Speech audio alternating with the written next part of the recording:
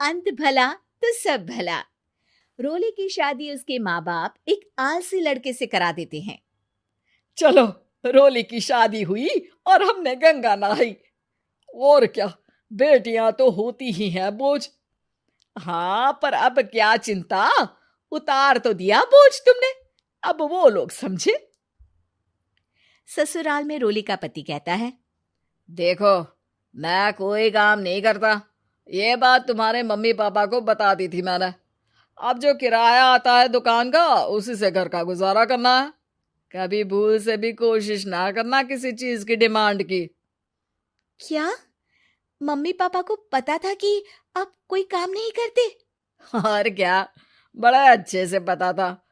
उन लोगों को तो तुम बोझ लगती थी, बोल रहे थे कि बस शादी कर लो और कोई मतलब नहीं है। रोली को यह सुनकर बहुत गुस्सा आता है, लेकिन करती भी तो क्या, क्योंकि वो जानती थी कि उसके माता पिता ऐसे ही हैं। जैसे तैसे रोली दिन काट रही थी। रोली को एक प्यारी सी बेटी होती है। धीरे धीरे वो बड़ी होती है और उसके साथ उसकी जरूरतें भी बढ़ती जाती है। सुनिए जी, अब तो सिमी बड़ी हो रही है, उसका स्कूल में दाखिला कराना है। मैंने अब तक तो जैसे तैसे समय काट लिया, लेकिन मैं बच्ची की परवरिश में कोई कमी नहीं रखूंगी। अरे क्या है यार, अब तो लगता है कोई ना कोई काम ढूंढना ही पड़ेगा। अब पति रोज काम की तलाश में जाता और बिना किसी काम के वापस आ जाता। रोली समझ जाती है कि पति के अंदर अब काम करने की क्षमता नहीं है। वो बेटी को उच्च शिक्षा देने के लिए कुछ करना चाहती थी, लेकिन करती तो क्या करती। एक दिन रोली की सहेली कहती है, रोली, मेरी कोई औलाद नहीं है।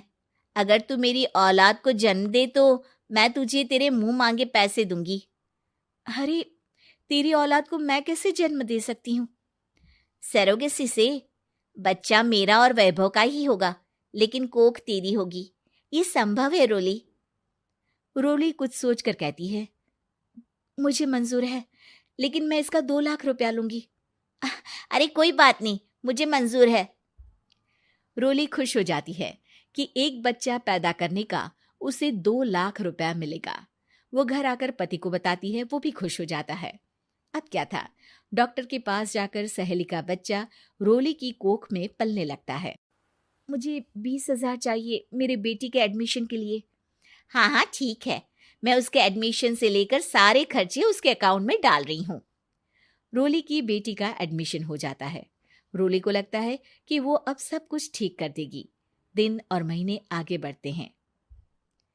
अब एक दिन, एक बात कहूँ जी, काश इस बच्चे को मैं रख पाती। मैं अब इससे काफी जुड़ गई हूँ। अरे यार, पता नहीं किसका बच्चा है, अपने पास है ना अपनी मुन्नी। हाँ, लेकिन अब मैं भी इस बच्चे से जुड़ाव फील करने लगी हूँ। लेकिन मैं ये जानती हूँ कि ये मेरा बच्चा नहीं है। दोनों की जिंदगी ठीक चल रही थी, लेकिन कहते ना कि सुख का पल ज्यादा लंबा नहीं होता। एक दिन रोली की सहेली का फोन आता है। रोली, मुझे अब ये बच्चा नहीं चाहिए, मैं अपने पति को छोड़ रही हूँ। अरे लेकिन मुझे पैसों की जरूरत है, बच्चा तुम्हारा है, मैं क्या करूंगी? सहेली बिना कुछ बोले फोन काट देती है, फोन स्विच ऑफ कर देती है। लेकिन रोली के जीवन का तूफान यहीं नहीं रुकता। रोली, मैं इतना भार नहीं उठा सकता। आज पढ़ाई का पैसा मांग रही हो, कल को शादी, कॉलेज और पता नहीं क्या क्या। मैं तुम्हें छोड़ रहा हूँ, अपनी बच्ची उठाओ और निकलो इस घर से। अरे पर मैं कर तो रही हूं ना बच्चे के लिए काम, आप आराम से रहिए ना। क्या काम कर रही हो, देख रहा हूं मैं।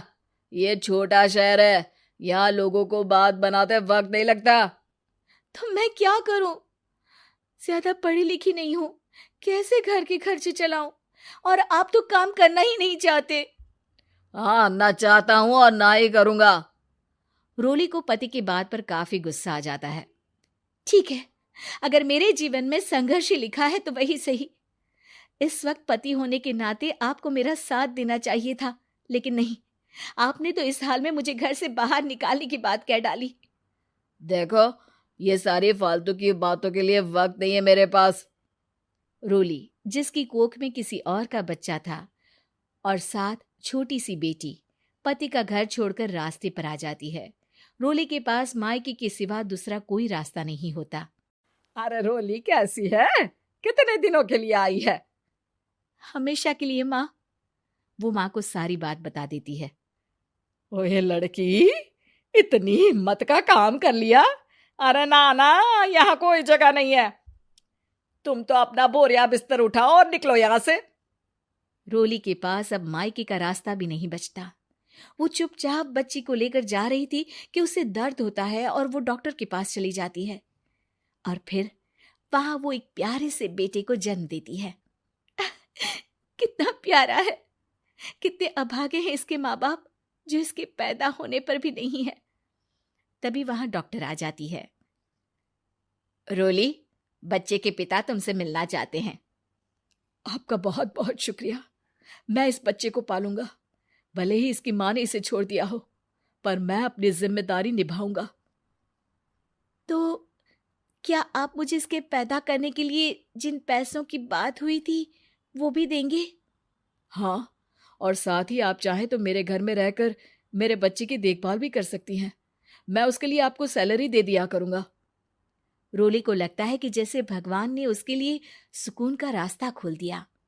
वो अब मुकेश के साथ उसके घर चली जाती है, जहां रहकर वो उस बच्चे की देखरेख करती है।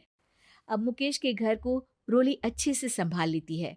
उसके लिए खाना बनाने से लेकर बच्चों की देखभाल और घर की देखरेख। धीरे धीरे मुकेश को रोली से प्यार हो जाता है। रोली, तुम्हारी बेटी और मेरा बेटा बिल्कुल भाई बहन की तरह साथ रहते हैं। हाँ, आखिर है तो एक ही कोख के बच्चे, अटैचमेंट तो होगा ही ना। रोली, तुमने घर और मुझे दोनों को संभाल लिया। ये तो मेरा काम है। आपने भी तो मुझे छत दी जिससे मैं अपनी बेटी की पढ़ाई और भविष्य के लिए पैसे जोड़ सकूं।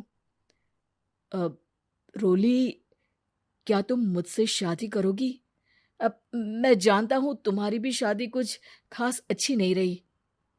रोली को मुकेश की बात ठीक लगती है। वो उसे हाँ बोलने की सोच ही रही होती है कि उसके पहले पति का फोन आ जाता है। रोली, मैं बहुत परेशान हूँ। मेरा एक्सीडेंट हो गया है। मैं चाहता हूँ तुम वापस आ जाओ। रोली को पुराने पति की चिंता होने लगती है। वो सोचती है कि वो क्या कर रही थी। हाँ हाँ ठीक है, मैं आ रही हूँ।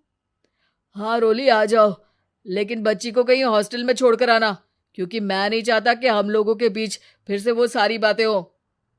रोली को समझ आ जाता है कि पति आज भी सुधरा नहीं है। वो पति के पास जाने से इनकार